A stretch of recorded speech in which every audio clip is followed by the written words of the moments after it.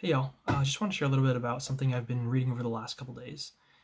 And specifically, I've been reading in Genesis about the story of Abraham and his calling. And yeah, just as I read, I just was struck again by the fact that Abram wasn't called until he was 75 to leave his family, and he didn't have Isaac until he was after he was 99. And yeah, in the middle of reading this, I came across a passage in Genesis 15 where God makes his covenant with Abraham.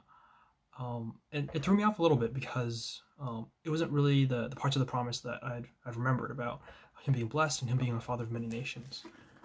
Right before he falls asleep, God says to him, "Know for certain that your descendants will be strangers in a country not their own, and they'll be enslaved and mistreated 400 years." And it's really not the kind of thing that seems to be fun to hear, especially for someone who is already wandering around, to hear that his descendants will be enslaved for 400 years.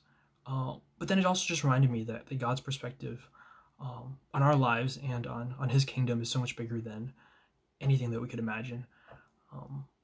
It just gives me so much assurance to know that God is limited by my perspective. And the best thing I can do each day is to continue to walk in his will, because I don't know what comes tomorrow. I don't know what comes in 100 or 400 years. And yeah, whether that means today just doing the work that God has set before me as a student, whether that means reaching out to the people that God has put on my heart, or just serving people in little ways around me, whether it's my family, my friends, or the people around me. And yeah, I just encourage you today to trust that God's perspective is bigger than whatever situation you find yourself in, even if it's doesn't seem to be the most pleasant, and if you don't understand why you're where you are now. Hope that's encouraging. Thanks, y'all.